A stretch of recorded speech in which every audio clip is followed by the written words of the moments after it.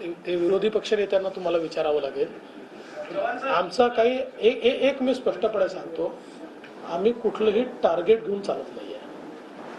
पण ज्या ठिकाणी आम्हाला असं वाटतं की हे नेते आपल्यासोबत येऊ शकतात आणि त्यांच्या येण्यामुळे पक्षालाही फायदा आहे, राज्यालाही फायदा आहे, अशा अनेक नेत्यांची आमची चर्चा चालू असते.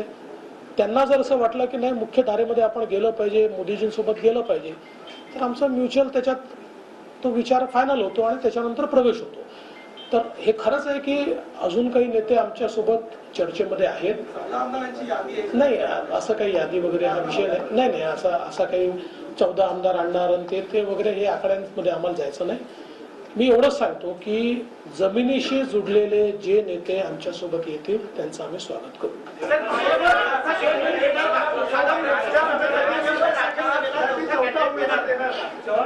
त्या संदर्भात आमचे प्रदेशाध्यक्ष सगळ्यांशी चर्चा करून निर्णय करतील.